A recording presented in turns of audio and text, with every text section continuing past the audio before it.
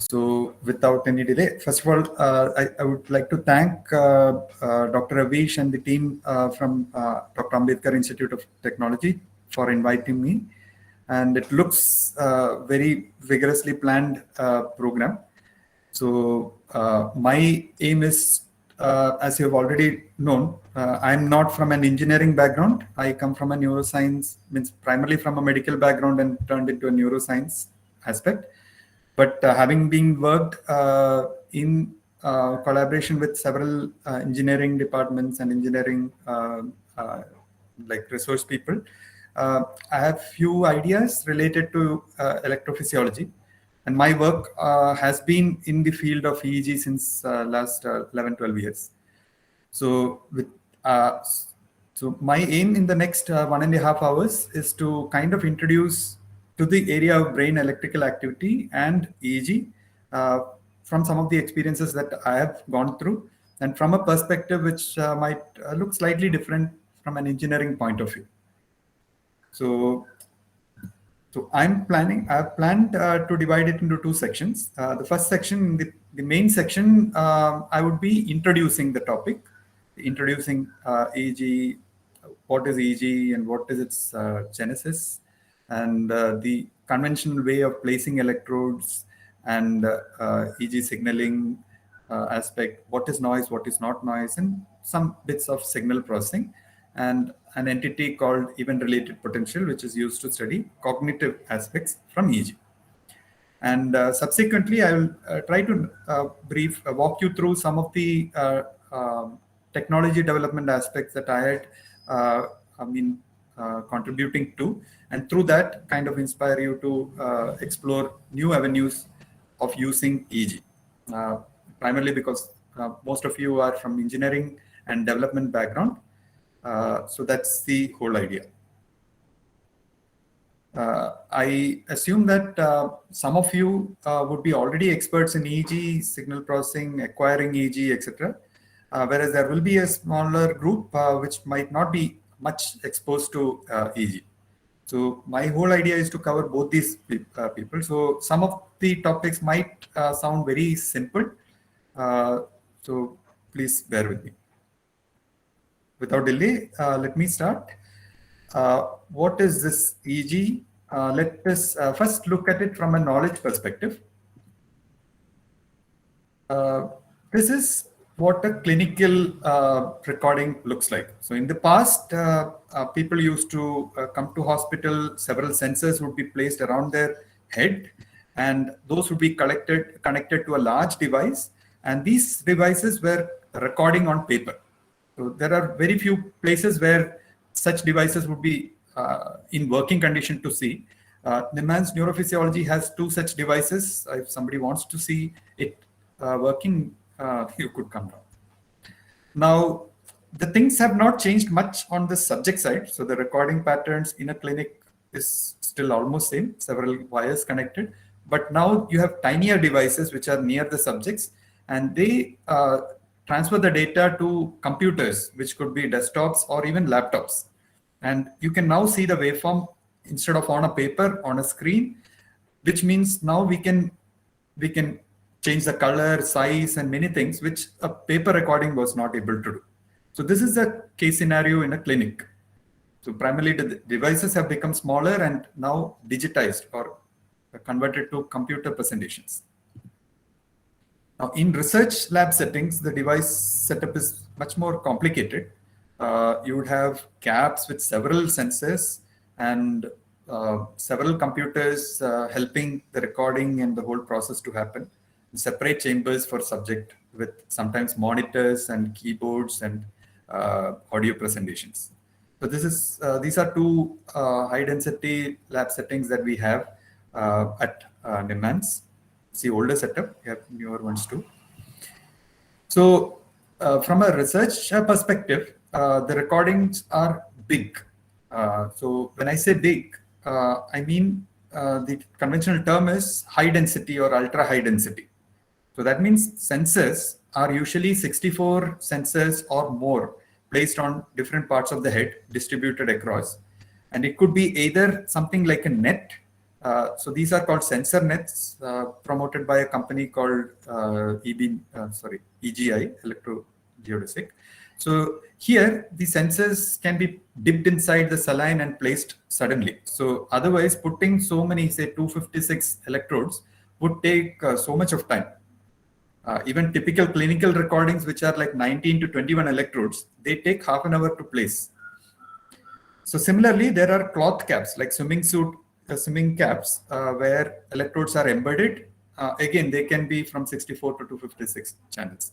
But here, inside each electrode, you'll have to put uh, uh, uh, an electrolyte medium, which is usually gel. Whereas in some of these nets, it will be sponge, which is filled with salt solution or saline. And you'll get a lot of waveforms, and which means lot of signals and patterns to extract. At the same time, there are advances in miniaturizing the EEG devices.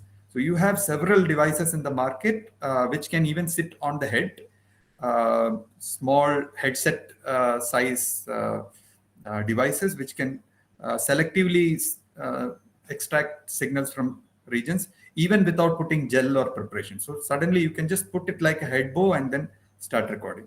And I'm sure that many engineering colleges would have at least one of them if they have explored EEG, because these are slightly cheaper to start off with, and they are actually their qualities have improved so much that even research level studies can be done using such devices. I have got involved with one Indian company where they were trying to make a miniaturized EEG device, and we're successful in doing that. So yeah, so this is one area, and I would request many of the engineering faculties involved in EEG to promote and try to develop miniaturized EEG, because at the end, large EEG labs are very minimal, but the requirement for having EEG recordings are so high. In fact, in NIMHANS itself, to get an appointment for EEG recording, many people tend to wait almost 1 year to get a recording, despite the fact that NIMHANS has some 20-30 labs to do the recording. So it will be even worse for many other places. So the requirement for having an EEG thing, whether for research or clinical purpose, is high, but we need cheap and portable EEG devices so that we can use them effectively. Now, in terms of analysis, there have been huge, and many of you would be already experts in this. So if you have sensor recordings from few sites or from multi-sites, as I've mentioned, usually we do a lot of pre-processing to extract, because all the signals that you get from EEG are not brain signals. You like to do a lot of pre-processing, and you have to figure out the relation between different brain sites to make sense out of it, which is called montage. And you need to extract features. Many of you who work in the field of machine learning knows what is feature extraction. So spectral, temporal, and spatial patterns. And then you do some kind of algorithm which includes machine learning to infer certain things. And based on that inference, you can identify whether the person has a particular clinical issue, or you can label whether the person is in a particular stage of brain activity, or just put markers saying that, okay, now this happened in the brain. So this is the whole area of EEG analysis, which is going bigger and bigger. And there are several open source tools which are available, which offer many of these techniques, if we can find a way to connect to EEG devices. So the only limitation is many of the EEG devices are proprietary, and they don't offer signals to be directly extracted into some of these tools. There are a subset of research level instruments which allow this. And at the same time, there are engineering groups which are trying to make custom EEG devices where these can be done. And of course, there are algorithms which requires supercomputers to infer even a single subject's data. And at the same time, there are people who do cloud computing to do some of the heavy stuff and do on-device algorithms to do some of the simpler steps faster. So the entire computation can even happen on a small variable. That's also possible. That's the state of affairs with regard to EEG and applications. Now let's try to understand what is the what generates EEG. This is a topic which is very close to my heart because despite spending so many years, this holds true for any expert in EEG, we still are debating on what causes a particular waveform, why a particular frequency is more prominent, how would you know this is brain activity, that is not brain activity. So there is a lot to learn with regard to how EEG is generated. So what is EEG? In a simple term, I would like to look at EEG as an imaging technique, something similar to what MRI or fMRI does, except that here, instead of what we are capturing is electrical activity, and that too, we are capturing the electrical activity in terms of voltages. So brain, when it does some activity, there are a lot of electrical changes which happens, which changes the voltage in the nearby region of the brain. And with EEG, our aim is to see or sense this activity. It's very similar to, say, finding whether an earthquake is occurring by using a seismograph.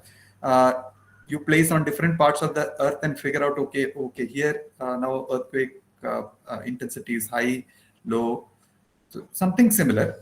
But here, our aim is to see whether an electrical activity occurred in this place or that place, and how much amount of electrical activity is occurring. And we don't just take one measurement like taking a blood sugar. Instead, we are taking this voltage value multiple times across time. So it's a time series that we get of voltage, and that fluctuation in voltage is what we call as electroencephalograph. Yeah. So as I mentioned, it's an imaging device where, based on the number of sensors you use, from that site you will get the change in voltage across time. Now, this concept of EEG doesn't hold true only for sensors which are placed on the surface of the head or skull. In fact, if you place on the surface of the skull, the brain is much inside, so you will be able to see fluctuations in EEG which are less than 100 hertz. So these fluctuations are termed in terms of hertz. Usually, we call it frequencies. So you can perceive fluctuations which are less than 100, and signal intensities up to, say, 300 microvolt. So that's what the typical EEG would be capturing. But if you are able to drill a hole on the skull, that is the bone of the head, and place sensors on the surface of the brain, then you get signals which are even faster, and sometimes the intensity can be high. So in terms of millivolt range, signals can be captured, whereas because of the bone, the signals would have reduced and attenuated to microvolt range if you were capturing on the surface of the head. And faster frequencies up to 200 hertz can be captured. This kind of EEG is otherwise called electrocorticogram, because cortex, on the surface of cortex you place, or ECOG. If you place electrodes deep inside the brain, penetrating the brain tissue, then those sensors will be able to capture signals around that local part of the brain. So it's called local field potential. So that means this ECOG and EEG, which are capturing from outside the brain, they are usually called far field potential. So they are far away from the actual neurons which generates the signal. Whereas local field potential is when your sensor is very close to the neuron, very in the vicinity of the neuron you are capturing, then it's called local field potential. And you can capture faster and higher intensity signals. In fact, if your sensor is small, as small as a neuron, you may even get to know, you'll be able to capture the firing of individual neurons, which are called spikes or single unit activity. So another perspective of looking at EEG is, say, if you have a match, cricket match or football match going on, and you have a drone which is flying outside the stadium, and you want to know what these people are doing in the stadium. So that is the perspective that an EEG, which is placed outside the head, is capturing. So you are far away from the source, and you will be able to know whether the people are moving or sitting and kind of enjoying with a lot of howling. So from far off, you get a picture. But the disadvantage is that we will not know what they are speaking, and we'll not know the exact feature of people who are sitting there, or what language they are speaking, and whether they are male, female, all those things. But the good thing is you get a whole perspective. You will be able to see activities across the entire stadium. Whereas if you put sensors deep inside the brain, which are called local field potential, it is very close to the neuron. It is as if like you have a press box, and you're in the press box with a mic and trying to figure out what the people under the press box are doing. So you will get a picture of this whole population, may not be able to see what is happening in the other regions, and little more clarity would be there. But there are sensors which can even touch the neuron directly, in which case what is happening inside the neuron can also be understood. This is called single neuron. Usually it's called patch clamp because the sensors are patching onto the surface of a neuron directly. So if you have heard about Elon Musk and his Neuralink and those kind of stuff, that is not the typical EEG that we are talking about. It is not even patch clamp. So these are sensors which are thread-like hair size electrodes which are near the neuron without penetrating the neurons themselves. So these are local field potential, and each of those sensors will be able to capture a small patch, say some few millimeters or centimeters of patch of tissue, whereas an EEG would be influenced by several centimeters of brain tissue. Okay, we are in this talk. I'll be discussing more on the EEG part, which is from outside the skull. What is generating this? It is the brain. And in the brain, this structure, which is called cortex, because this entire thing is brain with this middle portion called brainstem, cerebellum, and many structures are there, which are very important for our day-to-day living. But much of our cognitive activities, memory, that, this, etc., happens in cortex, and it's very large. And this large structure is more close to the surface of the brain, because of which most of our EEG signals are contributed by this structure called cortex. And in the cortex, there are several types of neurons or cells, but these large cells called pyramidal neurons, because of their triangular shape, they are oriented in such a way that they are always perpendicular to the surface of the brain where we are putting the senses. And because of this, their local activity generates our signal. And one thing to note is the neurons normally they get input from outside, which is called dendrites, and they process in their cell, and then they fire from bottom, which is the axon. So that's how this is organized. And for a neuron, like pyramidal neuron, the branches are so large. For every neuron, it's 100 times larger than the size of the neuron, whereas this axon is small but long, but they go in opposite direction. So from a size perspective, it is much smaller compared to dendrites. And because of this orientation, our senses are always more closer to the dendrites. So what happens in the receiving portion of the neuron or dendrites is what we capture as EEG signal. And it is not the firing of the neuron, for which we should have placed a sensor at the bottom of the neuron, which is not what we see. So if somebody tells what are you capturing from EEG, it is always what is happening in the synapse in this receiving region called dendrites. And this is in neuroscience term, this is called postsynaptic potentials. And they are not action potentials or firing of the neuron. They are what is happening in the dendrites. If you want to have a simulation, a thought experiment would be, if you're taking a call and somebody is watching you, your family member is watching you and trying to figure out what you're talking.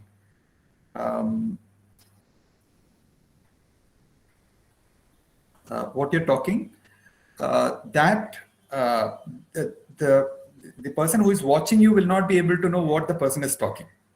So unless you utter a word saying that, okay, yes, no, this we will do. So the person who is watching can only know from what you're speaking. So what you're speaking in terms of neuron is like the action potential. But what the neuron is hearing is postsynaptic potential from several different brain regions nearby. And those postsynaptic potentials, if many neurons do them together in the same fashion, then you get large enough signals which can be captured by EEG. So we are kind of listening to what neurons are listening to instead of the firing thing. So that's the perspective to understand. Now let's look at this single neuron in little more details to understand how this process happens. Like bear with me, I'll not go into any biological details for this. Just wanted to say that this neuron gets inputs from many different places, not one neuron, from thousands of neurons nearby. That is these synapses. And when a neuron suddenly gets an input from several inputs, that means some 100 nearby neurons are telling you fire, something like that. So what happens is some of the ions in this surrounding, which are called sodium ions, they go inside this neuron. So we are not seeing the activity from inside the neuron, we are watching from outside. So we are very far away from the neuron. So it is as if like we are watching from outside the neuron. So outside this neuron, around this branch, this dendritic branch, what is happening is positive ions are going inside the neuron. So the positive ions are now less here. Or in other words, this region is more negative compared to another region where no firing is happening. So from that perspective, because ions are moving in, it is called sync according to the neuron. But from outside, when you see, it is negative. It's blue in color. Whenever the neurons are getting the information. And at the other end, because inside the neuron, suddenly more positive ions came from surrounding regions, the neuron will try to excrete out positive ions so that it can balance its ionic properties. So in other regions will appear to be more positive compared to this region. Now after one or two milliseconds, that region which was negative, suddenly ions will spill over to that side to compensate and become more positive. Because they are going away from nearby regions, that region becomes negative. So just because a neuron is doing some activity, there will be a shift in ion between positive and negative, which is called sink and source. And this activity is what we are capturing as EEG. So if the neuron is dead and not getting any signal, there will be no ion movement, so we will not see activity.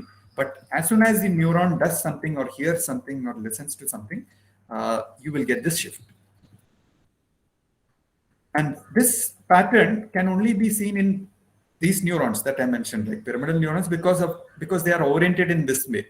Their branches are in one direction, the output is in one direction. But there are other neurons where signals are coming from different directions, in which case this dipole gets cancelled to each other because dipole is in all directions. So you will not be able to get much signal from these neurons, from an EEG, but these neurons can.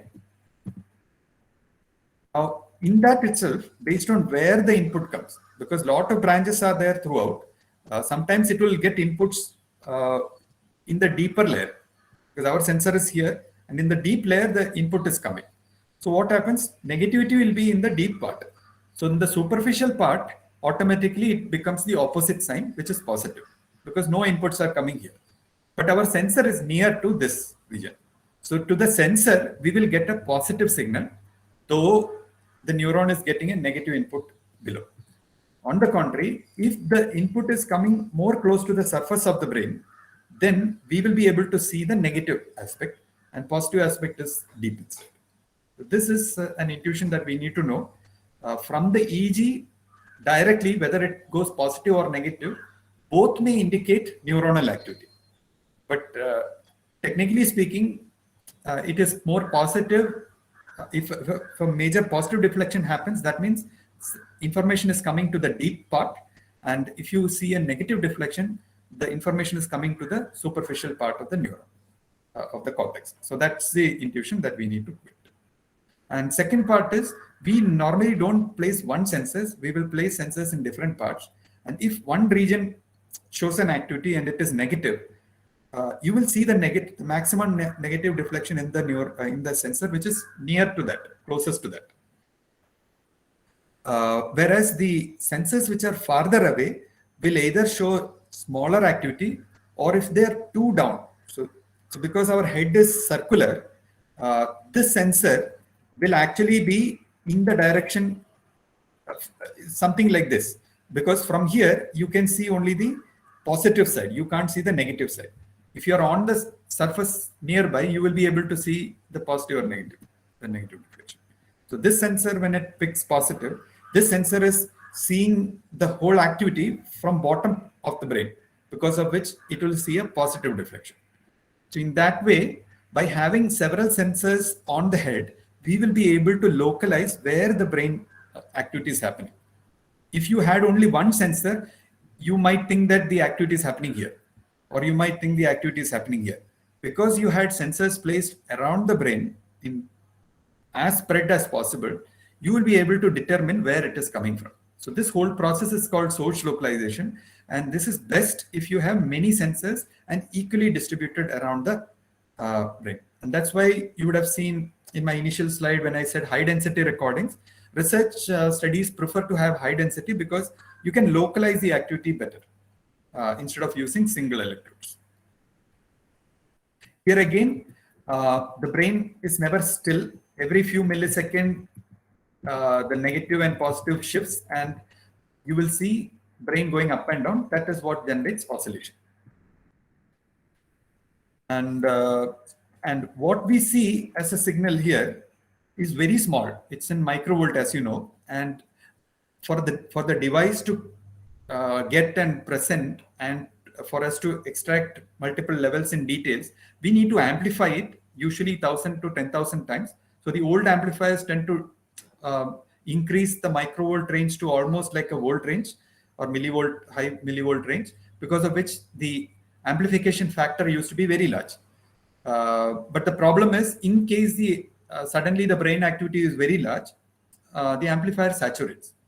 The modern amplifiers have 1,000 or 500 or 200 amplification factor, but with very high bit resolution, because of which the brain, even if you move and a huge artifact signal comes, the amplifier will never get saturated. So in modern times, we prefer to have a low amplification gain amplifiers, so that movement artifacts are not saturating them. And we capture them as points across time. So the device should be able to measure so many times per second, which is otherwise called sampling rate. So that means higher the sampling rate, faster activities can be captured. And the computer will join those values and show it like a waveform. And as you know, in a camera, when you take pictures, you have a high frame rate camera, you can capture fast activities very well. And the brain is ultra fast, so faster the activity, better. Now it is not just a basic amplification that is required.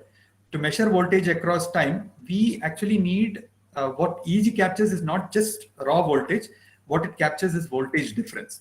So if you want to capture the signal from this middle part of the head called vertex, and you have an amplifier, you actually need one reference point, because the whole body has voltage, not just because of brain activity. Heart activity, skin, muscle, all of them can change the voltage of the brain, of your body or the skin. So that whole thing will get captured if you just take the voltage. But if you take a region in the head where not much brain activity happens, for example, earlobe, it is very far away from the brain. Mastoid, under the mastoid, that's a part of the skull where a lot of air pockets are there. So the brain signal will not come much there. So those are sites, or tip of the nose. So all these are good sites where brain activity is less, but all other body voltage activities can be captured. You use that as a reference and then compare that reference to the place that you want to measure. So when I say comparison, it is simply subtracting these two signals. So whatever is there between these two, the common factor is all that thing which is not produced by brain, all that voltage changes which are not produced by brain, that will get removed, and only the activity that is probably more different compared to reference in this place, that alone will get amplified. Now, by doing this, you can get a value, but you do not know in comparison to zero, how much is it? So amplifier might have a floating ground or zero, but that may be much different from your body. Say, for example, at a given time, the amplifier may be 0 volt, but our body may be already 2000 microvolt because we are influenced by electrical things and our own body activities.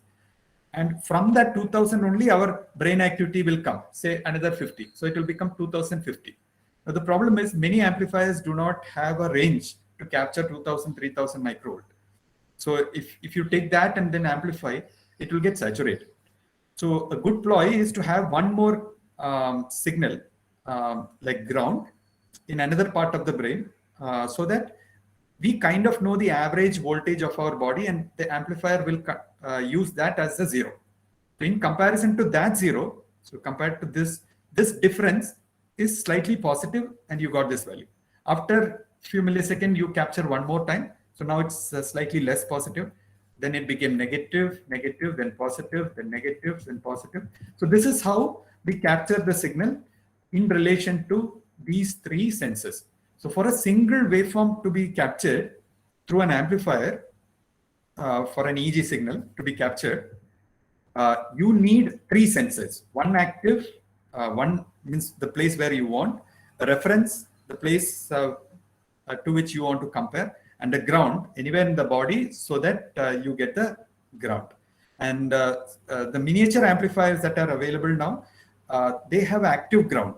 That means they probably even be injecting some amount of current to maintain this zero, because their range is even smaller than a large research grade amplifier.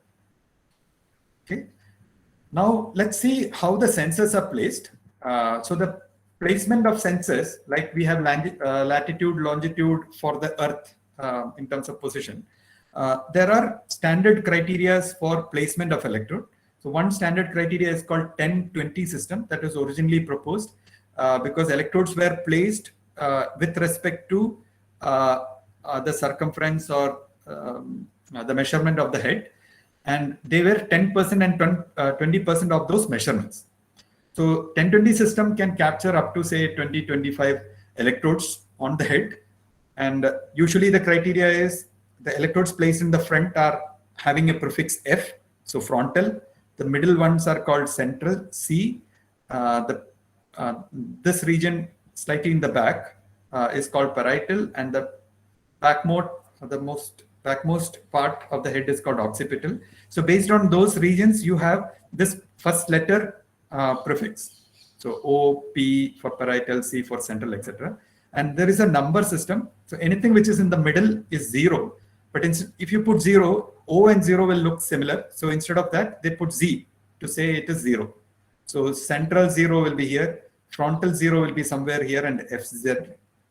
Occipital zero will be somewhere here, it is called OZ. And numbers, if it is odd number, it will be placed on the left side. So 1, 3, 5, etc. will come here. 2, 4, 8 will come here. And if the number is small, the smallest number, which is 0, will be in the midline. The smallest even number will be slightly far away from the midline. The next one, 4, will be far away, 6, 8, like that. So that's the whole agenda. And this is the position system. And one of this position you can use to place for reference and ground. Typically, if electrodes are placed all around the skull, the middle part is usually used as reference because that electrode can capture the noise common to all the signals. If you put this reference somewhere close to that electrode, only the noise will be removed mostly from this region. Because one of the major function of reference is to remove noise part, which is around this subject. So it is subtracting the noise and then amplifying. So it's good to have a reference which is equidistant from all of them. And electronically, as I mentioned, you can later use any other electrode, which say you also put an electrode around the earlobe and use that as reference subsequently. But during acquisition, you can use an electrode which is equidistant so that noise can be removed first. And after you acquire this, we can use the electrode which is far away from the brain as the second level reference for analysis purpose. Okay, and M1 stands for mastoid, M1 and M2. So M1 will be left mastoid and M2 will be right mastoid. Similarly, there are like electrode positions for, say, to capture eye signal called EOG, muscle signal called EMG. Those criteria are usually given based on the domain. For example, ASM is for sleep research, where you need eye and muscle activity. So they have some guidelines on where to place. So now coming back to that 1020 system, you need to know landmark bone points which are present in every individual. So the frontmost part above the nose, there is a bony landmark which is called nasion. Behind, once you trace from the neck up, you can see there is a prominent portion in the bone just before this curve, which is called inion. Similarly, if you use a tape and measure this distance, this is the hemi-circumference of a person's head. So this is say 32. So when we use 1020 system, we will divide this 32 into 10, 20, 20, 20, 20, 10. So that we get the entire length. So similarly, we need on the horizontal side also. So the landmark is just in front of your ear hole. There is a bony landmark, cartilaginous landmark called pretragus. So when you open your eyes and place your hand, you can see the bone. There will be a hollow in the bony structure or the joint. So that is also considered as pretragus. So left and right pretragus, if you join, that will be another hemi-circumference measurement. So this is, for example, 38 in this case. So if you place an electrode in the midpoint of these two lines, that is CZ or central electrode, and you go 20% of that line, that horizontal line, which is 38 centimeter.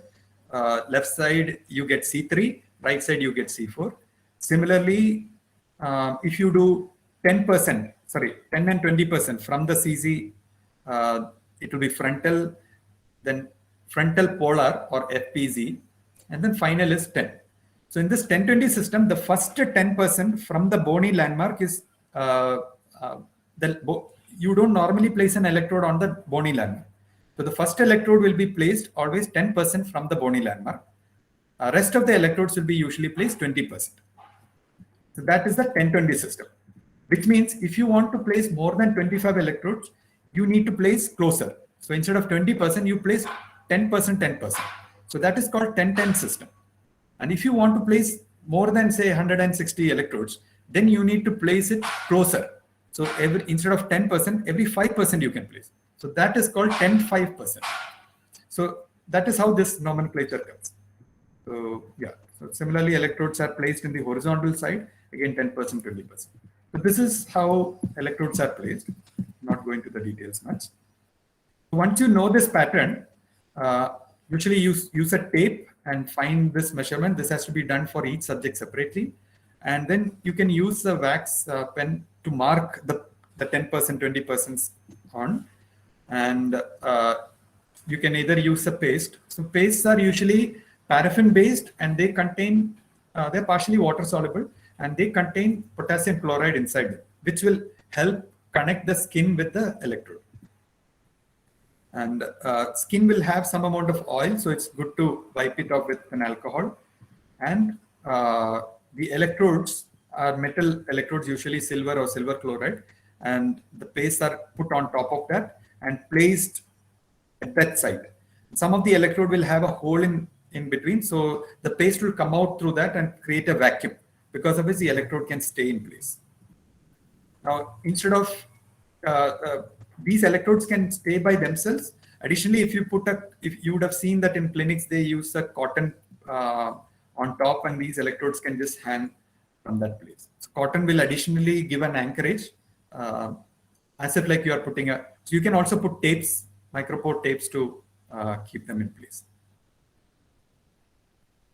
Nowadays, there are caps with these electrode points already put inside. So you don't need to do the tape measurement. You only need to make sure that the front part is 10% above and the middle part is exactly in the middle line, and they are symmetrical. All the electrode, and they might even have holes in such a way that you can put paste after putting the cap only in those regions. You don't need to put in the other part of it. And electrodes can be put inside. Either separately electrodes can be put, or electrodes sometimes get embedded in the cap and come. Now that you understood what an EEG device captures, how it captures, and how we place the sensors around, let me briefly go through the processes that we go through to see a recording. So a normal recording would appear like this, for example. So how do we know it is noisy? As I said, the amplifier's role is only to capture the signal. Because of your reference and ground, some amount of noise already got removed from the amplifier, which is called common mode rejection.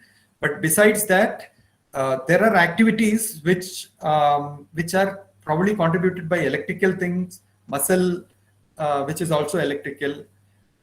So first we need to understand what is the oscillatory, what is the frequencies that is present in the signal, which are most likely from the brain. So as I mentioned earlier, if you are capturing the signal from the surface of the head, usually up to 100 hertz is what you get. And lower side, if you breathe in and breathe out, also some amount of voltage change occurs, which is not brain activity. That is usually less than 0.3 or 0.5. So what we need is a range of frequencies, which is predominantly brain. Rest of them are usually because of electric and muscle activity. So what helps us in identifying that is filters. So if this is the signal, we have a filter called high pass filter, means pass higher than a particular frequency.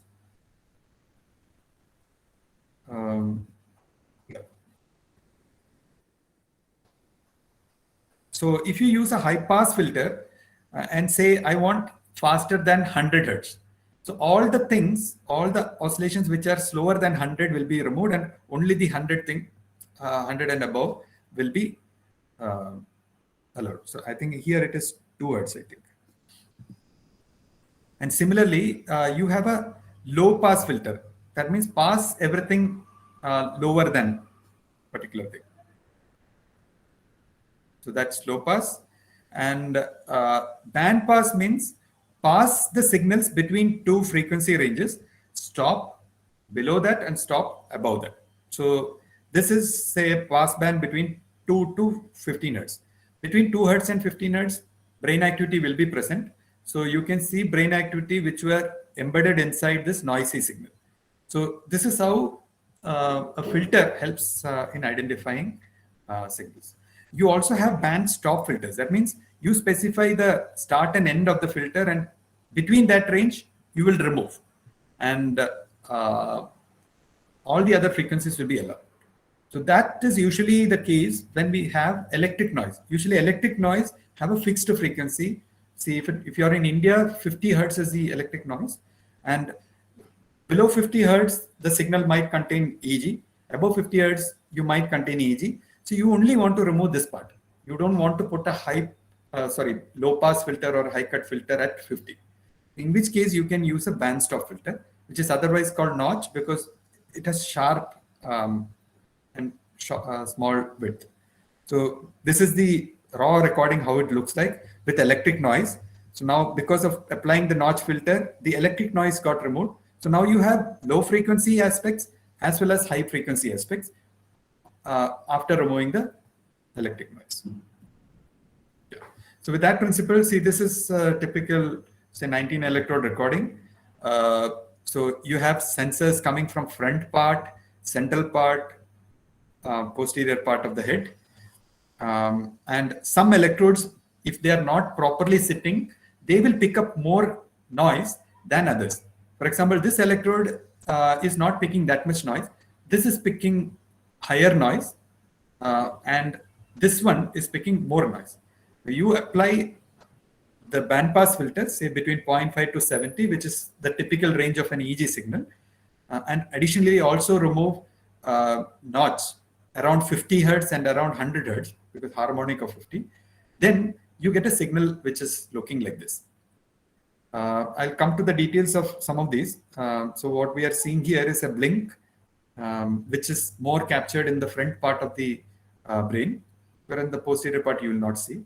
But see this signal which is in the center, this is called CZ. It is showing as if like no brain signals are there. Now I'll come back to this. This is mainly because, as I said, in a typical recording setup, if you have many electrodes, usually the middle electrode, somewhere around CZ, will be the place where you will put the reference. So all the waveforms are collected in respect to a sensor which is near CZ, or the middle of your head. Because of that, in your raw recording, it appears like CZ doesn't have any signal, because compared to the reference, this is so near the reference that there is no major brain signal, that which already the reference has. Whereas electrodes which are farther away from the reference, means the central, they will have more signals. But don't worry, you have not lost your signal. The signals are captured by our reference, because of which we can remodify and figure out what is happening in CZ. I'll come back to that little later. So till now, the basic idea is to figure out how a reference helps. Sorry, filter helps. So now, what is noise? You get a waveform, you can apply filter and figure out that whatever after filtering should be brain signals. But that need not be the case. Even after filtering, there will be some signals which are not what we are interested in from the brain. So this is how a typical recording should look like. If you close your eyes, in the back part of the sensor, the electrodes in the back part will show activities which are called alpha, and the front part will show mixed activity. So this is how a typical recording should look like. But if the person opens his eyes, occasionally you will see the waveforms are going in the positive direction. So mind you, based on the viewer that you use, most of the viewers will show positive down and negative up. For conventional, traditional reason, it need not be the case.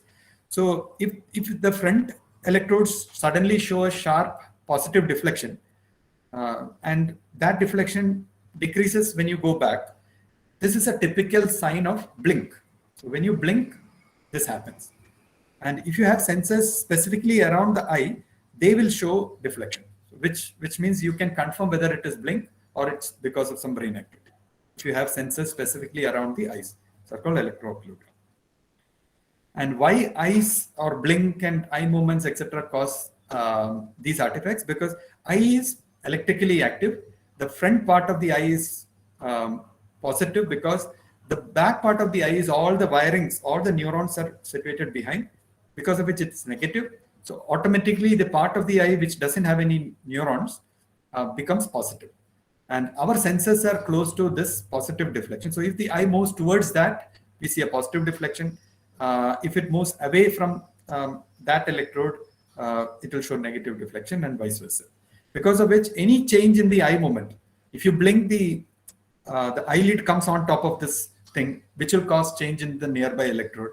So it's all because of the positive aspect of eye, that some of the EEG sensors which are in the front part will also get this signal.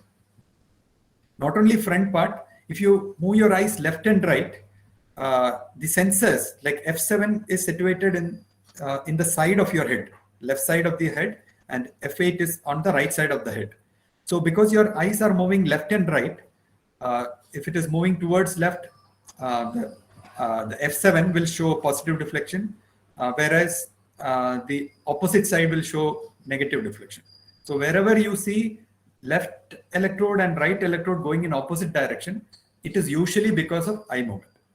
So this is another artifact, not because of brain activity, just because of eye activity. It's an artifact. Similarly, some electrodes which are near the neck, like mastoid, they can pick up ECG artifacts. In this case, it's small, but in some cases, this signal can spill over to all the electrodes. If you use mastoid as reference, they get all the electrodes get affected. So, so this is an ECG artifact. It's not by brain activity. You can confirm this by having an additional ECG recording done for the subject. Similarly, if you move, this is not a blink because it is going in all electrodes together. It goes in both directions. The blink will only go in positive direction usually. So this is a movement artifact. This is another movement artifact. So movement artifacts usually affect all the electrodes together compared to a blink or something of that kind. Vigorous movement and cuffing can even cause recordings like this. So you can't extract any information from such aspects. Muscle artifacts. Muscle artifacts would be fast activities, faster than 100 hertz, 30 to 100 hertz. So they, along with movement, you may even see this. So that means it's because of muscle activity additionally. Whereas here, it is not because of muscle activity. It's probably just because the cable was pulled. The connector is loose and moving. Whereas this is because of muscle activity per se. So that's how you differentiate. And yeah, just if you move the cable and connectors are intact, then you get slow movements, again affecting many electrodes together. Some electrodes, if they are loose from the bunch, if you don't bunch all the electrodes together, some electrodes will show more artifacts than the other.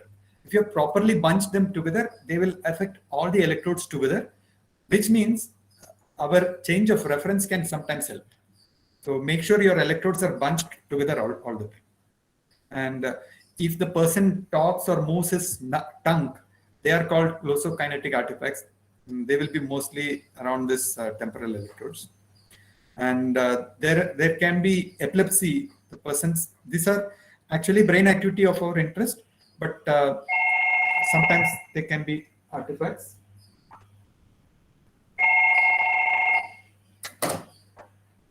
Okay. Yeah, and sometimes the person might be tapping or moving his hand, and sometimes because of that, the cables can move.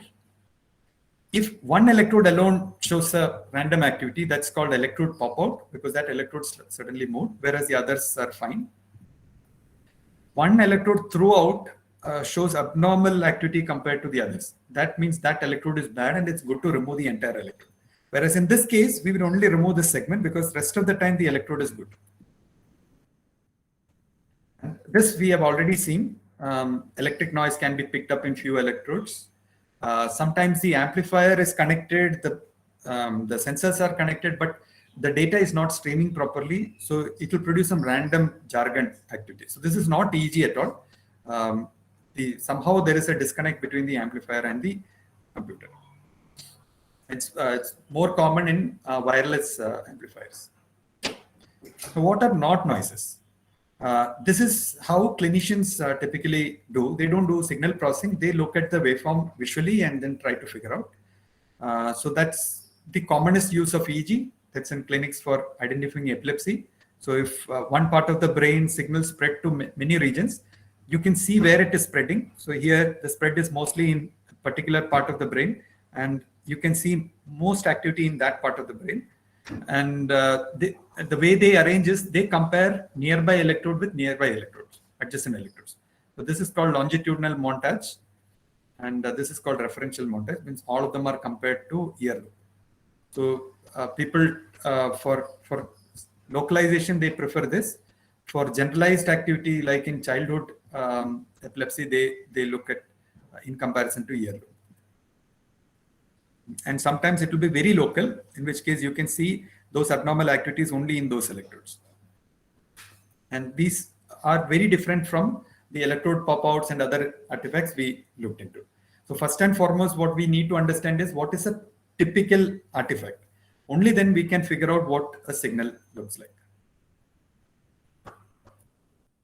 And this can also be used to figure out what brain state you are in. If you are highly alert and awake, your brain will show fast activities. And if you are asleep, then the typical notion is that the brain activity should be flat or very slow. Very means low or nothing should be there.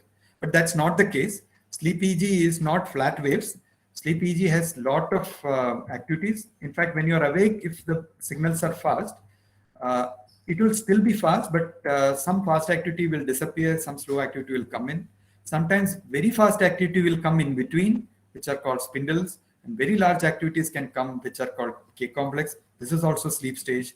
In another sleep stage, all the brain will be very large signals, larger than wake signals, but slow. That is deep NREM sleep stage.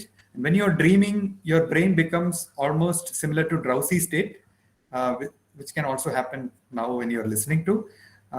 So along with that, some eye movements will occur. So brain activity during sleep is not flat waves. They can have different forms. And EEG is a very good tool and probably the most important tool to identify what stage the person is going through in sleep. Besides sleep, when you're awake itself, sometimes you show fast activities randomly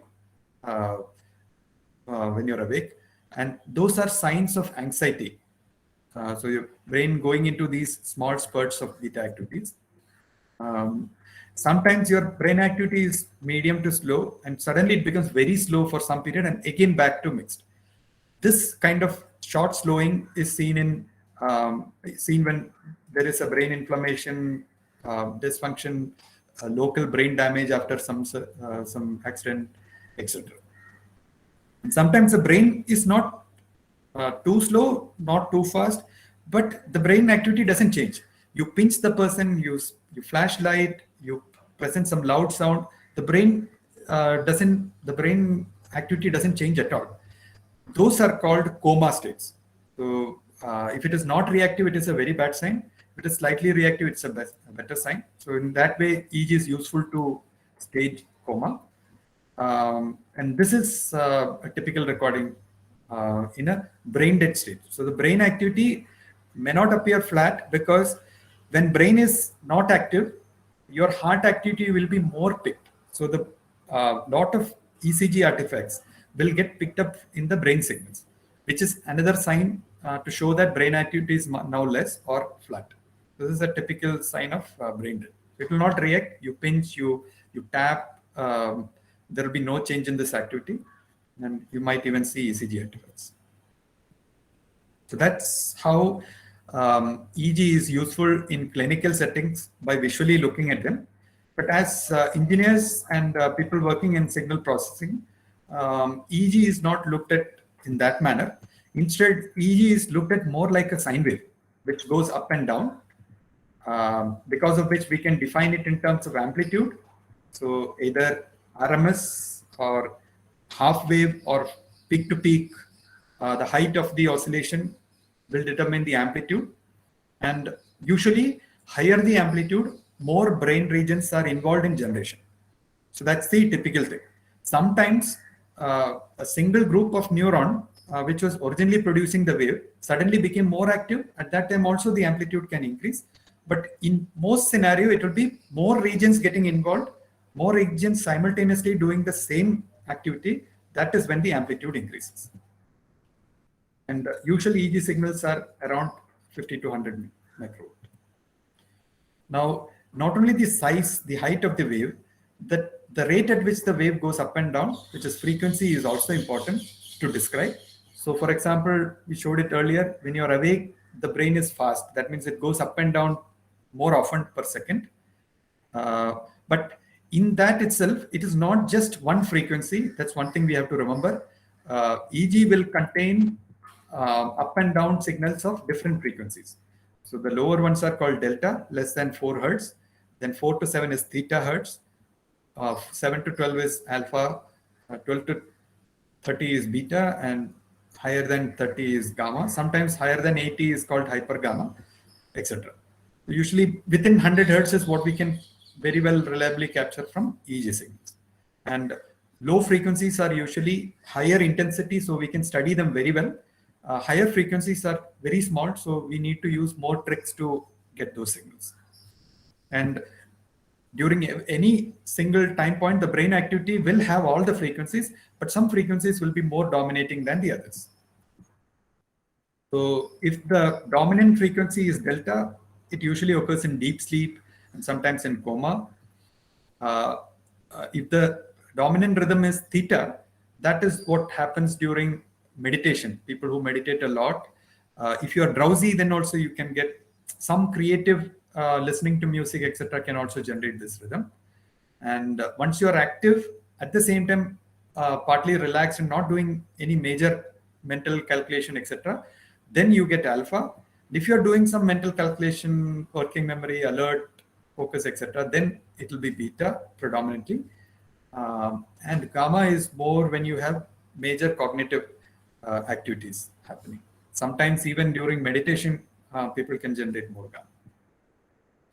So we spoke in terms of frequency and amplitude. So one more entity is there, phase. So that means the wave, whether it is in the positive phase or negative, means the peak or trough, so or in between. So that is described in terms of phase. That's how typically we describe, and most of you would be knowing this, to convert this signal, which is voltage across time, that is time domain, into frequencies and their amplitudes, which is frequency domain. And a common tool that we use, an algorithm that we use, is fast Fourier transform to do that. And as you can see, a normal EEG signal will contain many frequencies, but some frequencies will be more dominating than the others. That's what FFT helps you identify. But the principle of FFT is the fact that our signals are like sine wave.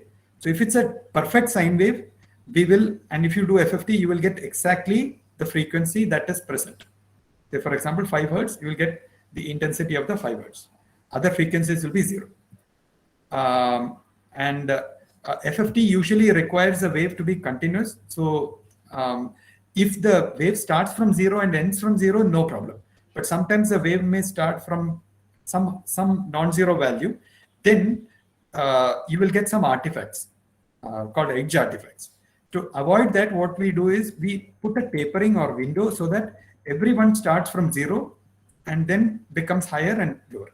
So this was the original signal, but we will lose some signal in the beginning and end by using tapering, in which case we can get the exact intensity of the signal. Now, if you take a actual EEG signal, it is not perfectly sine wave, because of which you will see many frequencies coming in, and it will be noisy with peak. So what we do is, see, the frequency is not stable across time. If you take the entire, say, 5-second data, sometimes alpha is high, sometimes the oscillation is low, then it is increasing. So it's varying a lot. So if you put in a full sine wave, it will not be reliably able to capture. So what is usually done is you divide this data into small parts, as shown in this bracket, and then average them together. Then what happens is this noisy looking FFT will look very smooth. This whole process is called power spectral density. P-Welsh is one of the algorithms that is used to do this.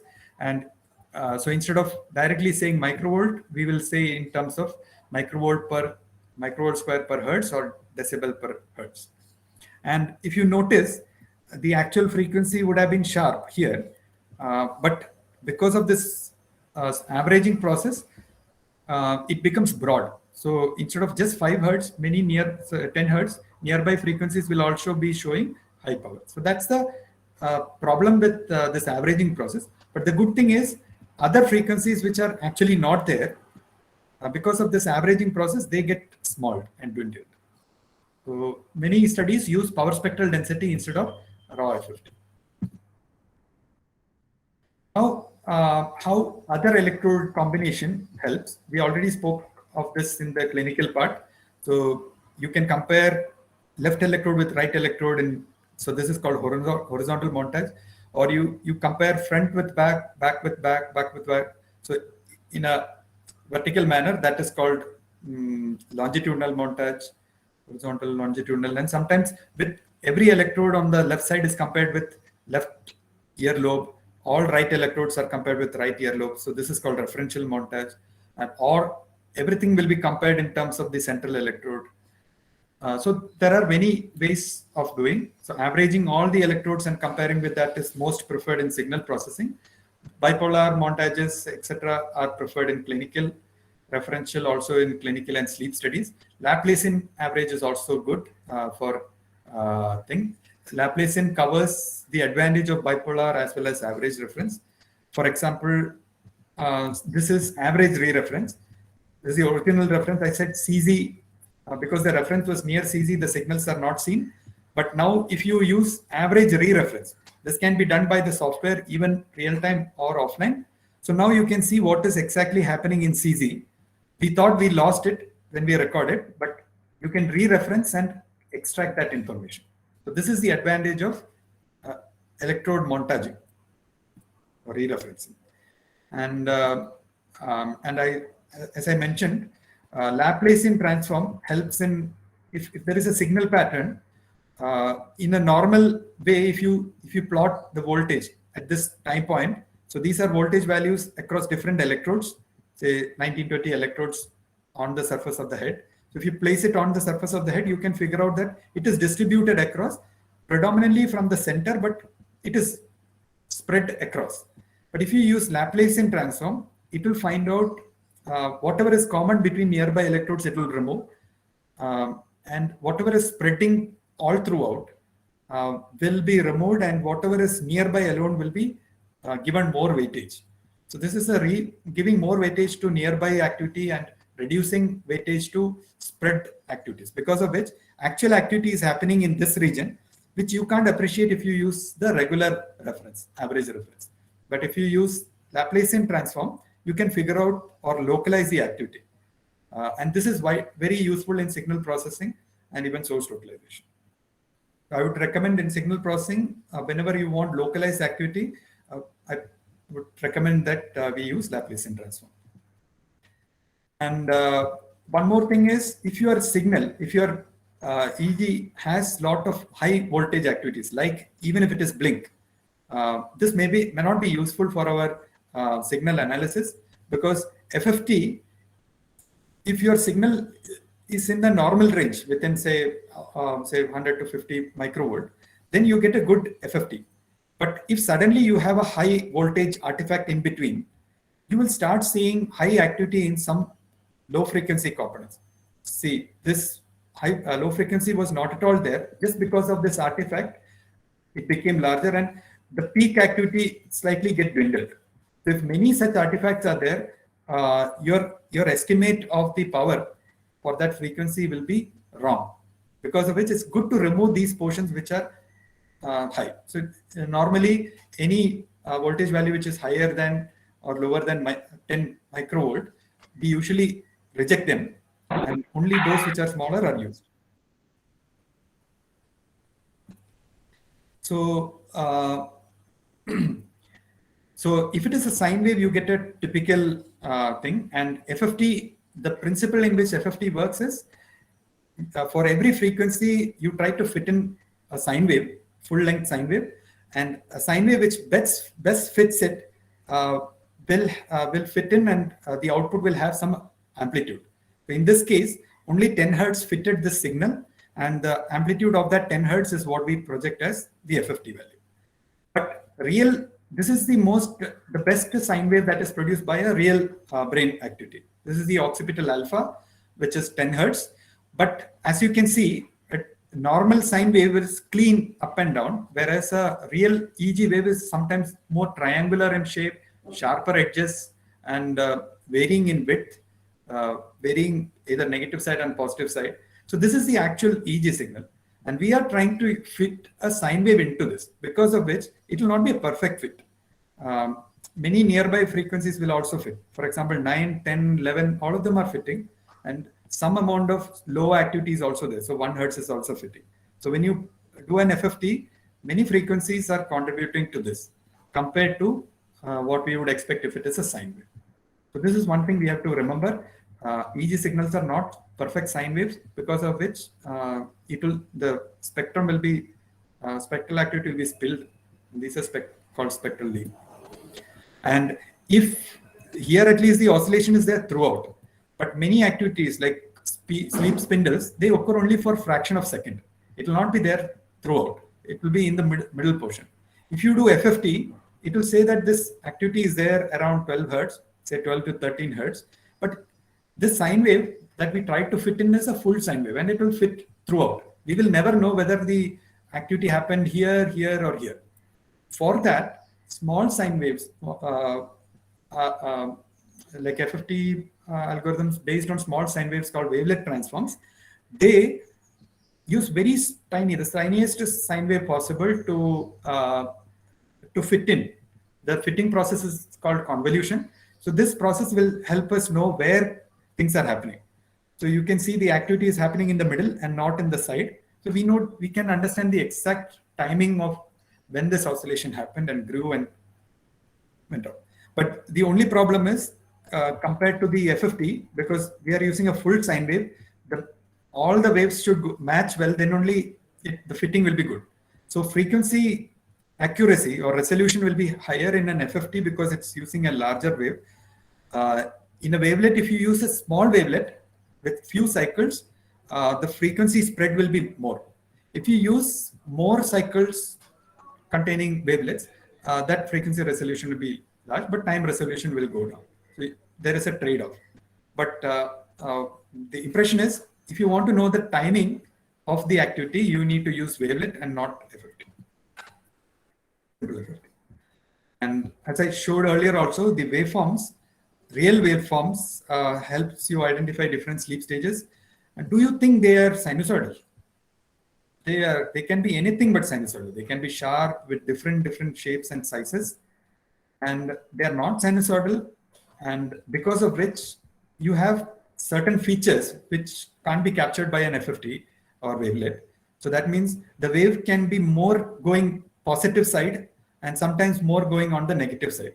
And this can be captured. If you use a filter, the waveform will be converted to a perfect sinusoidal. It will go equally positive and negative. But the real wave is usually either more on the positive side or on the negative side. And there are features like waveform asymmetry, which will help you identify that. Another alternative to wavelet and FFT is called empirical mode decomposition, which will try to retain the shape of the waveform. For example, in this, if this is a tiny bit of waveform, it is not a pure sine wave, as you can see, it's a real EEG waveform. You take the positive peaks and the negative peaks and join them, you get the envelope, and find the midpoint of this envelope. So this is the variation that is there. So this is this waveform is not straight because of this green drift. So what you do is you remove this green drift from the signal and straighten it. So now after that, again find the envelope, positive and negative peaks, and try to find out this green line. Now this green line is slightly straighter but still not perfectly straight. So remove this green trend from this. So it becomes much more straighter, much more straighter. So that means from this real wave, we are straightening the wave as much as possible, and the most straight wave will contain the fastest oscillation. And as you can see, this oscillation is not a pure sine wave. Its shape more or less matches the actual true EEG waveform. Now, after you remove from this signal, this straightened signal, what is left will contain the lower signal. So in this way, from a real data, you will get the first time when you extract, you will get the faster frequencies. After removing the faster frequencies, you will get the next faster frequencies, next faster, etc. So each of these things that you extract from a single EEG signal is called IMF, or intrinsic mode factors. So this is an alternative to FFT or wavelet, where the waveform features are reliably put in, and only the frequencies which are present comes out. There are a lot of advances to empirical mode decomposition to be robust to noise. So that's the basic of the signal processing part. So now I'll tell the last part of this EEG, which is a derivative of EEG called ERP, or event related potentials. So once you have an EEG, EG, as you said, say 50 to 100 microvolt fluctuations. In that, tiny fluctuations are present, embedded inside, and these fluctuations are called event-related potentials. And why are they called event-related? They are things that are happening in the EEG, which can't be visually appreciated, but they're so tiny, but because of the stimulus. For example, you hear a sound. So many things happen in your brain. Your brain is trying to balance yourself, trying to remember some things. At the same time, it is also trying to process this new information. And we are only interested in the EEG signal, which is because of this new stimulus. And that extracting that whole thing is called event-related potential. So for example, you get a raw EEG, which I talked about already, and the raw EEG is of the intensity of say around 50 to 100 microvolt. And if you present randomly some sound and you want to know what is happening, so visually you can't appreciate any specific EEG thing which is happening here. But if you cut out the portions wherever the sound was presented, exactly the same sound, cutting out exactly at the same time, and if you do this say 60 to 100 times and take out all those EEGs and average them, you will be able to extract a feature from that. You will see that the voltage before the sound is almost random, so it will be flat. But after the stimulus presentation, the EEG will be tending to go more positive and negative and positive and negative. This positive and negative deflections, because of this sound, extracted after averaging or similar procedure is called event-related potential. And as you can see, this is a zoomed in portion. Its intensity is very small, say the maximum is around 5 to 10 microvolt compared to the raw EEG, which is like 50 to 60. So this is very important if you want to study cognitive activities, very relevant for brain-computer interfaces, etc. Because what we are interested in is what the person is thinking now. Is he interested, not interested? Did he listen to it, not listen to it? Did he lie, not lie? So in all these scenarios, ERPs will be useful.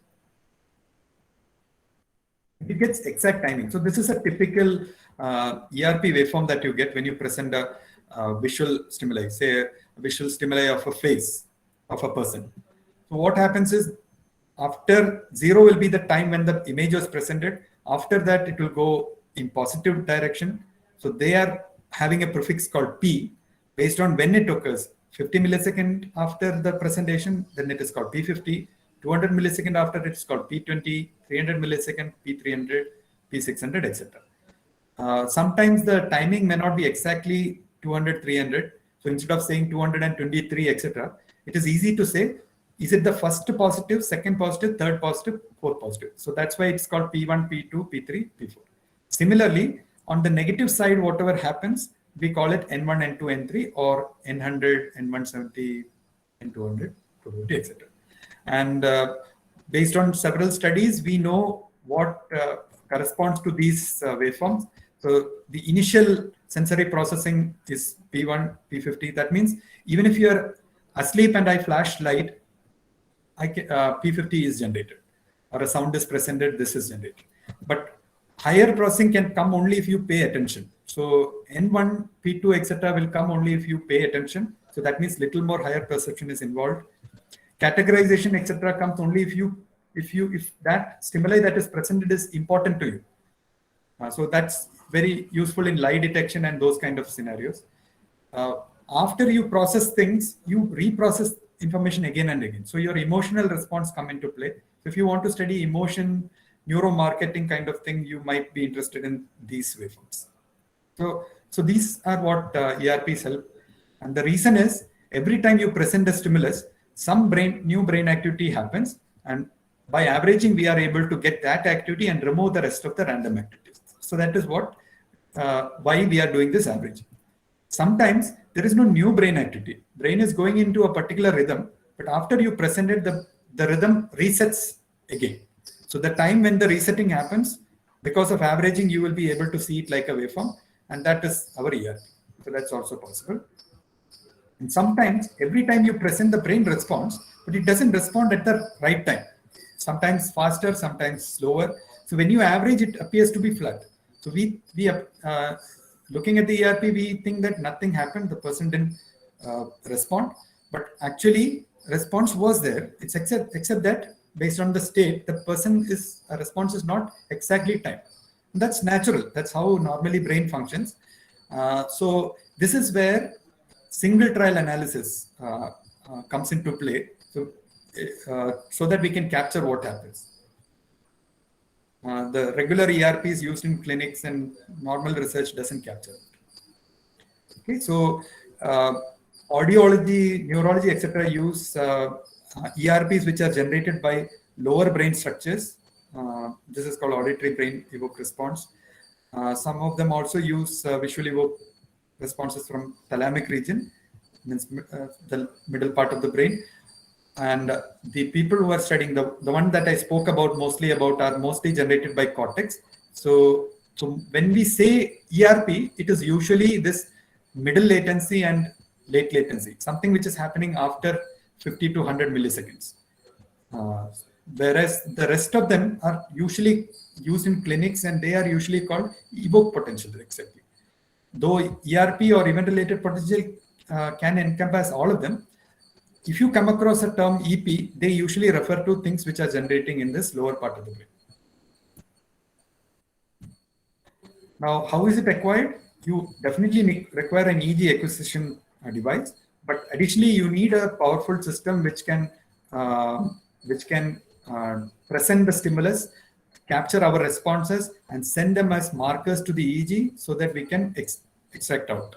So it's slightly complicated setup, and we might need specific professional softwares to generate those stimuli. And you also need additional analysis protocols available based on these markers.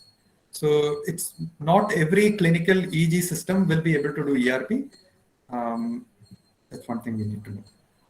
And analysis wise also, you take the raw EEG, you apply some filter, extract and clean it, and you identify those markers which got added because of the stimuli, cut out only those portions and remove all the rest of the EEG.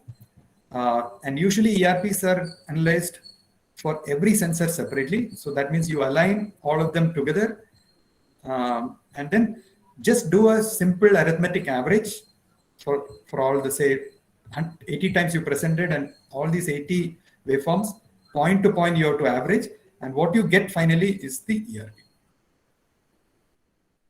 And more the trials, more good it is. So for example, if it is one trial, the EEG looks like this. If you have 12 trials and average, you can start seeing some features coming in. If it becomes 30 trials, the features become more prominent. 50, 60, 70, 80, it becomes more. So 60 to 80 number of trials is usually required to identify the pattern that is generated because of the stimulus. And these features can be compared, say correct versus incorrect. You can see a change, and we can identify the timing, which is in milliseconds, and the microvolt, say -2 microvolt for a particular component. And these values can be got for each subject. So for subject 1, the value may be say -219 and latency of 108. Subject number 2, the value is -2.43 and it is faster. It is coming at 80 milliseconds. Subject 3 somewhere else, subject 4 somewhere else. So we usually study group level and see one group versus the other, whether there is a significant difference. So that's how in research these values are used. So this is all about the basics of EEG and signal processing. So in the last few minutes, I would like to just showcase some of the things that I've gone through and I feel are more relevant for people like you to collaborate so that more use can be attributed to EEG. So more from an application perspective.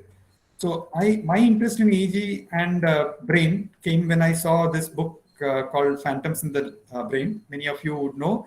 And this Vinay Ramchandran here, he's a neuroscientist or neurologist who had this idea that when you patients who lose their arms, they tend to have pain in the arm which is not there.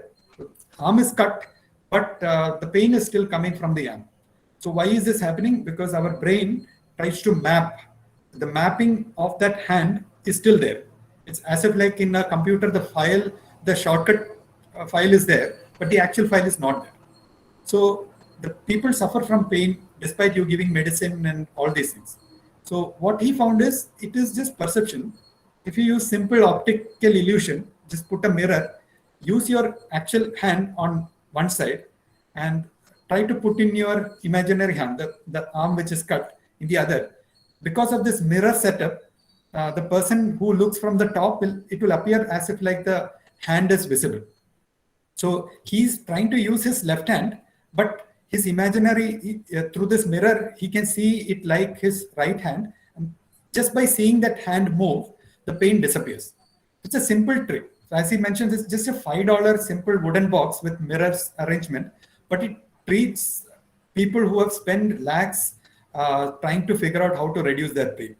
So simple engineering skills, it's just the knowledge of basic physics and engineering helps in giving very good solutions to untreatable problems.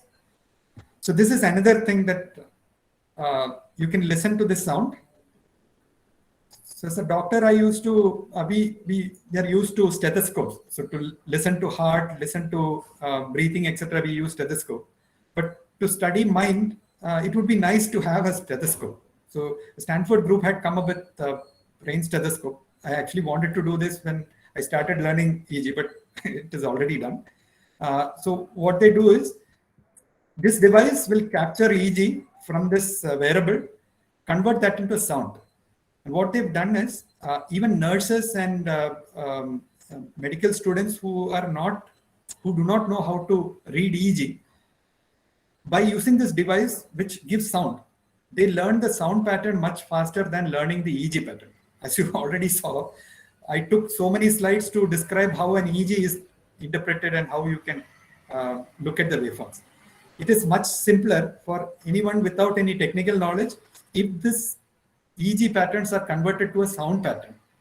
And the sound patterns are very easy to identify. As I said, they even use it in ICU setups to find out. So if the sound suddenly changes, you know that okay, an epileptic attack is going to happen. It's a very ingenious method.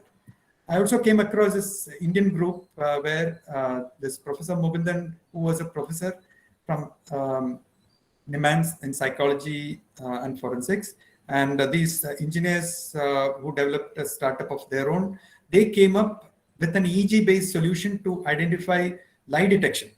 And it's so good that 300 to 350 cases across India, CBI and high-profile cases have been solved using this, and it's continued to be used in forensic labs across India. So this is an inspiration that EEG and knowledge of brain activity can help identify valuable solutions. For this, we just need to think out of the box, not just what is reported in paper, to come up with our own ideas. One of the projects that I got involved in after my PhD was this automated portable epilepsy EEG system. So the idea was to develop a cap which can be easily worn in remote setting, but at the same time capture signals in the way a clinical EEG would capture. So that means we can't use a regular frontal electrode alone. We have to cover the entire head. And we need a portable EEG device.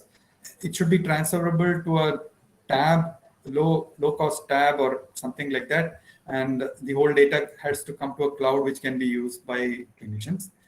And it took 4 years to complete this project. From initially, they started as a dry electrode system, as any engineering team would do, but figured out that the clinicians prefer wet electrode for the quality sake. And then we had to create a wet thing. We had to do validation in hospital. And for the cap to be done itself, we have to make, because it has to work in a PHC or a regular setup. All EEG caps, even the smallest EEG caps are say 30,000 to 2 lakhs to 3 lakhs in price. So whereas many labs across, electrophysiology labs across India has disc electrode. So we found a solution to convert a disc electrode into a saline electrode and use it for simple application. We recorded this in almost 100 people, and the features could be comparable and with high sensitivity, specificity, and signal quality matching.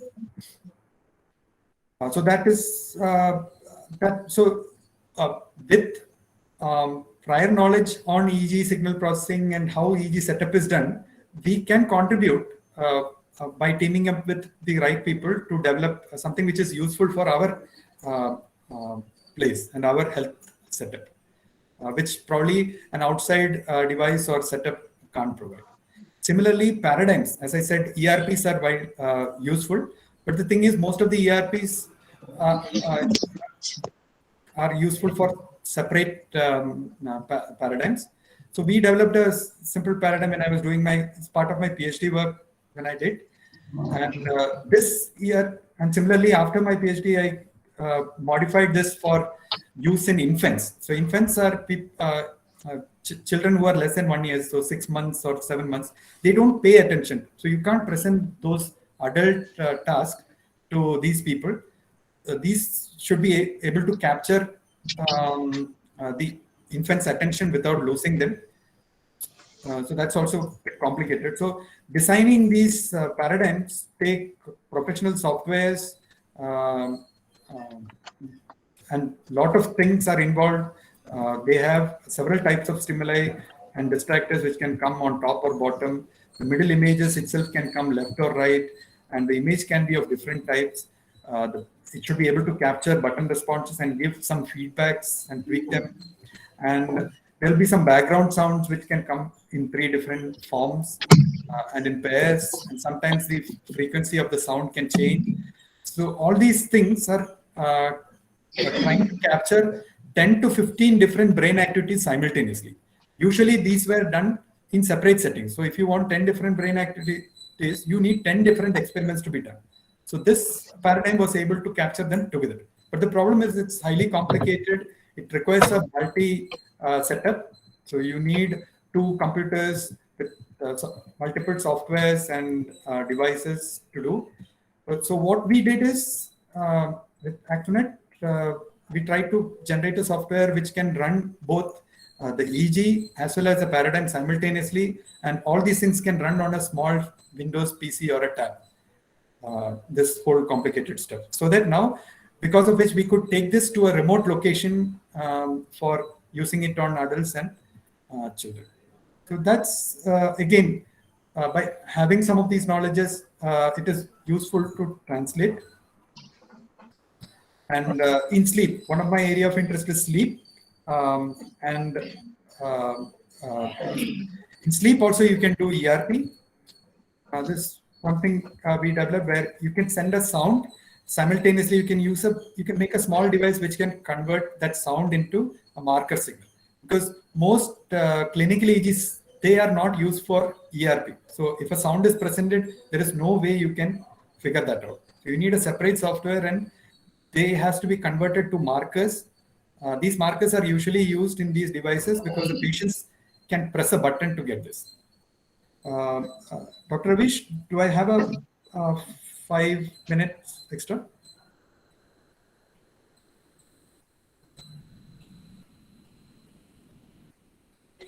Or should I wind up now?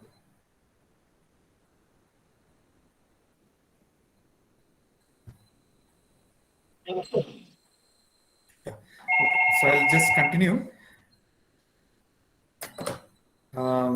Yeah. So by giving sound during sleep, specific brain responses, which are called event-related potentials, can be studied. And for this, a small level of engineering development had to be done. Similarly, during sleep, wirelessly, if you want to give some electrical stimulation so that the person can go into a particular state. So usually what happens, if you're in a particular sleep stage, you give electrical stimulation for say 30 seconds, you enter into another sleep stage.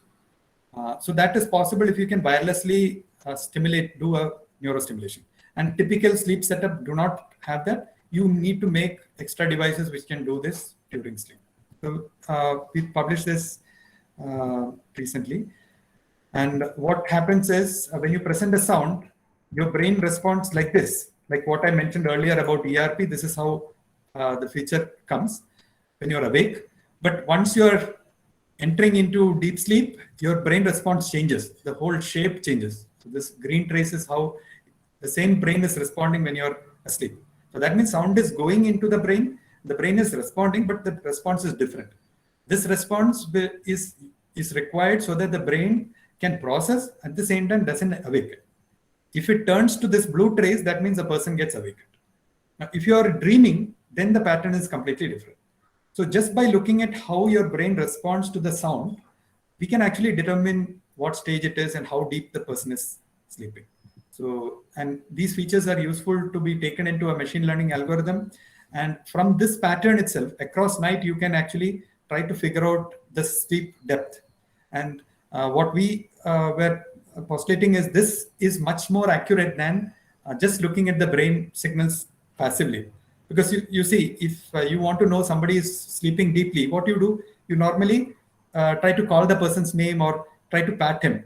So if the person is not able to awaken, that means he's more deep, which you can also do using these sound signals. You can give these sound signals randomly throughout the night.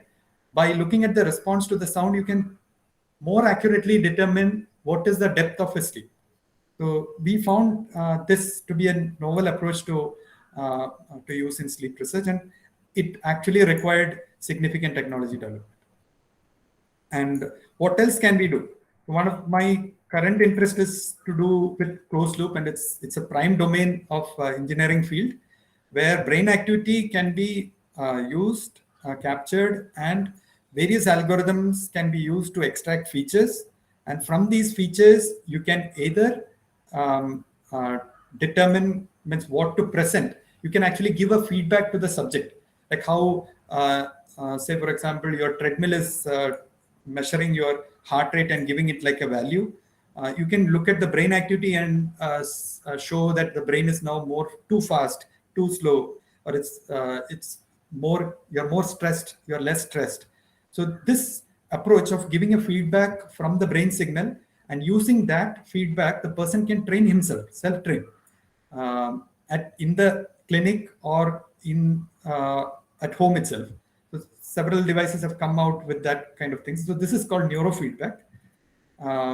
Similarly, we can also use this brain activity and move, say, a wheelchair or move a robotic arm. So that's a brain-computer interface that typically used in stroke or wheelchair-driven people, or translate the brain activity into typing letters or words, etc., for people who can't communicate verbally or visually.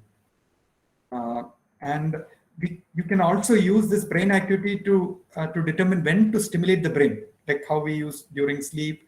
And we have a new project on epilepsy, where based on the brain activity, you can stimulate a particular nerve called vagal nerve around the ears, and thereby try to decrease epileptic attack from coming in. Similarly, we can stimulate during a particular sleep stage and cause the person to go into a particular sleep stage. Or drug delivery, drugs, or say smell. That's another project we are currently starting with, trying to deliver a particular smell during a particular sleep stage or during a coma stage. So for that also, this communication between brain activity and the device is useful. And this whole thing, so the crux message that I would like to convey from this last part is, this R&D on EEG requires multiple domain, multidisciplinary interaction, because EEG and brain activity requires not only people from different streams of science, so from animal studies to medicine to psychology, psychiatry, even some amount of biochemistry things are required for us to understand how EEG works, and engineering, whether it is hardware or software computational experts. And interestingly, even people from literature, arts, and philosophy, which is one of the reasons why we have now a center called Center for Consciousness Studies, where we also, besides these two groups, We also try to involve philosophy and arts background people to come out with brain actors, because brain is not just pure activity. The feel, the phenomenon that you experience, they are best described by people from these fields. It's good to involve them. And of course, if we make use of the industry around this setup, their business wisdom, project management structure, funding, and legal expertise, etc., helps in translating. Otherwise, it will remain in papers and just education systems. But if you want them to get translated, you need a multidisciplinary interaction. And both academic and industry research has to be tied together whenever you think of a project, because the academic side has depth in research, whereas the industrial side has the time and structure, and it will be good to have a collaboration. So key takeaways, we need to utilize the academic level infrastructures that are available across all these engineering colleges. And I hope this faculty development program inspires that. And we need to make use of some of the industrial collaborations that many of you have into this area, so that some of the scientists like us will benefit from that. And it will get used in clinics more often. And many times simpler approaches are much more easier than complicated structures which requires large setups. Like many academia have costly equipments and infrastructures, but that the solutions done in that may not be translatable to clinics, which requires smaller, simpler setups and used by people who are directly interacting with people. So let me acknowledge my entire team and the funding agencies which contributed to some of the works.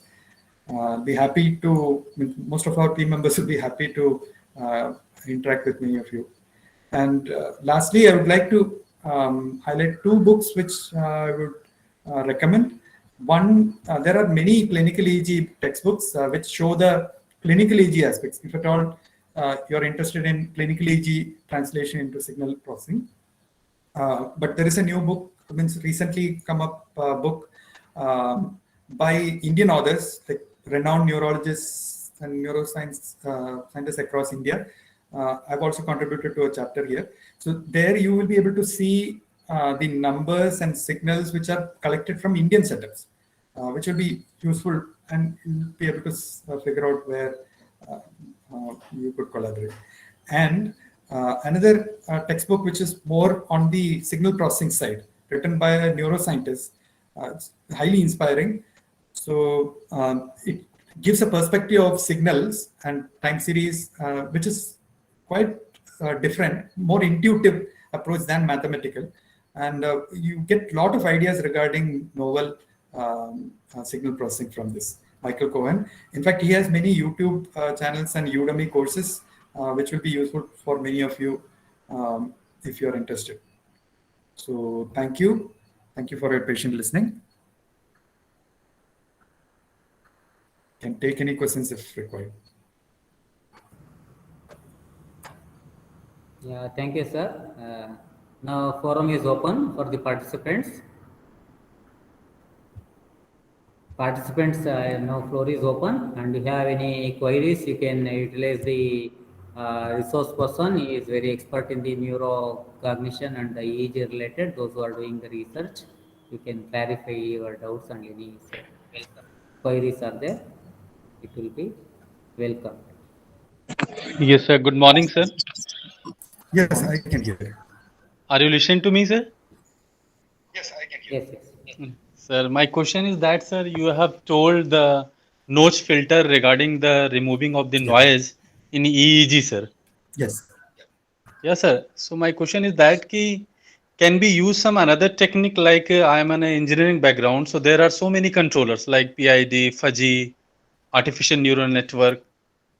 On the place of notch filter, we can use, sir, such kind of controller for the removing of the noise. Perfectly. So it's a nice question. Yes, sir. What I forgot to mention is when you acquire the usual dictum is we try to keep the filters as broad as possible. That means we will not apply a notch filter. We will not apply a bandpass filter in the raw data. Only for visualization we will apply so that we can, while the EEG is coming in also, we can determine whether the signals are good. But when you plan to do an analysis on that, even real time or offline, we would not apply a notch filter, because notch filters, the problem is they are sharp. There will be some edge artifacts in and around 50 hertz. So for example, notch filter will start from 49.5 to 50.5. So 50.5, sorry, 49.5, 48.5, 48, 47, all of them will have some amount of ringing artifacts. So you can't study till 48. You can probably only study till 45 because of adding this notch filter. Whereas there are many other autoregressive filters which can identify the amount of 50 hertz that are there and remove that sinusoidal component directly without affecting other nearby frequencies. So yeah, so as you rightly said, notch filters are not the ideal scenario whenever you want to study frequency around that region. It is only useful mostly as a display thing to see in real time, because some of these algorithms are too slow to run real time. So real time, it's easy to use a display filter. Display filter means it is only for display purpose. Your raw data which is getting saved do not have notch. I hope I answered that. Yes, sir. Yeah. Okay, sir. Thank you, sir. So good morning. Good morning. Sir, how can EEG be used in biometrics? Yeah, biometric, currently there are no features which are extremely unique. People have used a similar strategy for lie detection. For example, there are features which come only if a particular person lies. So from that perspective, yes, there are some features, but individual to individual features are not 100% unique.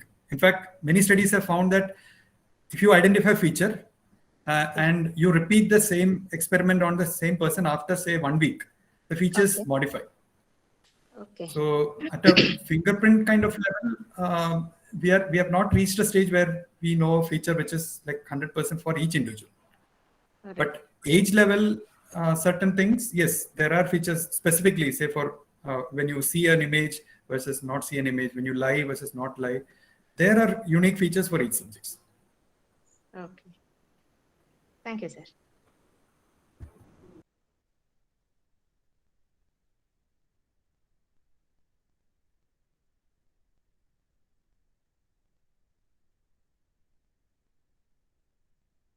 Yeah, any other queries? Because it is a overwhelming participants from all over the country, and they were showed keen interest in EEG research on neurocognition. Any Sir, one good or morning, two sir. questions are there? Can be appreciated. Yeah. Good morning. Sir, while predicting the stress using this EEG signals, so what artifacts or what parameters has to be taken out along with this EEG, sir? Like only using the brain waves may not help us in predicting the stress. Any other parameters which would suffice in predicting the stress before it comes to a human being, and so that we can help them in controlling their negative emotions? Very nice question. Actually, I missed this also during my talk. Many times, just from EEG signals, it is tough to accurately identify a feature, even if you have many sensors. And it is always good to fuse brain signals with additional sensors. For example, in sleep, this is widely used. Just from brain signal, you will not know whether the person is in dreaming stage or drowsy stage. So additionally, we will also check the muscle activity, the eye activity, sometimes ECG activities to figure out. So in similar manner, stress, when somebody is stressed, besides the changes in EEG, there would be changes in ECG, especially the variability of the heart rate, which is called heart rate variability. That can be an additional thing to corroborate whether the person is going through stress. The only problem is ECG related heart rate variability changes are much slower So they take several seconds and sometimes minutes for a feature to come in, whereas EEG features are faster. So what we normally do is we identify a potential EEG feature which we can readily detect and just check whether simultaneously the ECG changes also occur. So the ECG changes will be to confirm, whereas the EEG changes will be used to find out the exact timing. And besides this, say muscle activity, a person who is stressed will also have higher muscle activity in certain regions. So you can use that. Breathing pattern changes. So you can have respiratory, what is that? Respiratory elastic, pressure sensors or transducers. You could also use, for instance, GSR. GSR means galvanic skin resistance. So you get stressed, your sweat glands become more active. So that will change the electrical property of the skin. So just by looking at the electrical property of the skin in certain regions, you can confirm whether the person is getting stressed. And there are also nowadays pupil size. Our pupil size become wider if you are either too interested or too frightened. So when you're stressed, that would happen. When you're relaxed, it probably might become smaller. So the rate of change or the size of the pupil simultaneously, if you measure, that will also be a confirmatory aspect. Yeah, so there are many measures like that, and it's good to fuse them together. Thank you, sir. So what is the minimum number of electrodes which you suggest in analyzing these EEG signals for stress analysis? Suppose I am using a variable device, so there will be the number of channels of the electrodes will be different for every variable device. So according to you, what would be the apt or what would be the usual or what would be the good number of electrodes to be used so as to predict the stress? Again, good question. The problem is this is not a very trivial answer because the number of electrodes will depend on the feature that you have identified for stress. For example, people use frontal alpha asymmetry. That means difference in activity of a particular frequency between left and right brain as a marker for stress. If you are using that, you don't need sensors in the back and front. You only need in the front. And 2 electrodes would be more than enough because you only need left and right. But if your feature is, say, brain's connectivity, how front part of the brain communicates with the back part of the brain, in which case you need front electrodes and back electrodes. And for connectivity, it is always good to have a spread. So if you have only, say, 5 electrodes, spread it apart. Don't put everything in one place. If you have, say, only 4 electrodes, put 2 in the front, 2 in the back. Those are required if your feature of interest is more connectivity based. And if your feature is more source based inside the brain, then you need many electrodes. So if you are spreading apart, typically 32 electrodes and more are required for source level features. But if you want this spatial pattern overall, say 16 electrodes are more than enough. And if your feature is only in the front or in the back, then say hardly 2 electrodes. 1 from the left and 1 from the right is more than enough. Sir, Thank you, I sir. have one question. I have one question, sir. Yeah. Yeah, normally alertness and activity, positive activity to be there as a alpha, we say 7.5 Hz to 12.5. Can it any neuro exercise or some other sort of meditation can help this broaden the spectrum of alpha, sir, 7.5 to broaden these things? Is it possible? Yeah, very good question. One problem is some features like alpha. Alpha is something which almost everyone generates, but it is understood that 10% of general population will not generate alpha to the level we can measure much. We might not see much increase in alpha or decrease in alpha when they close their eyes and relax. This is just because of the shape and organization of the brain. that we are not able to capture it as alpha. Now, people, when they meditate, what normally happens is when they just start meditating, means they are not trained in meditation, but they just start practicing meditation. At that time, you can see alpha increasing as they train more and more. But after a while, you will see that as the training increases, some other band starts coming in.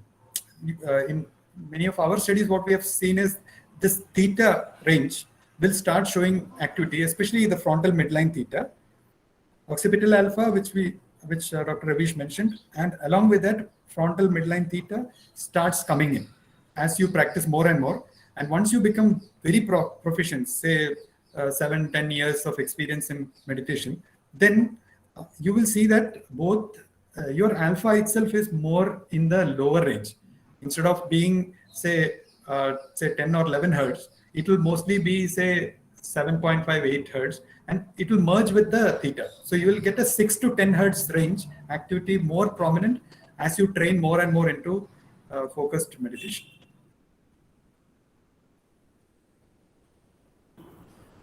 Yeah, it seems it's quite a long marathon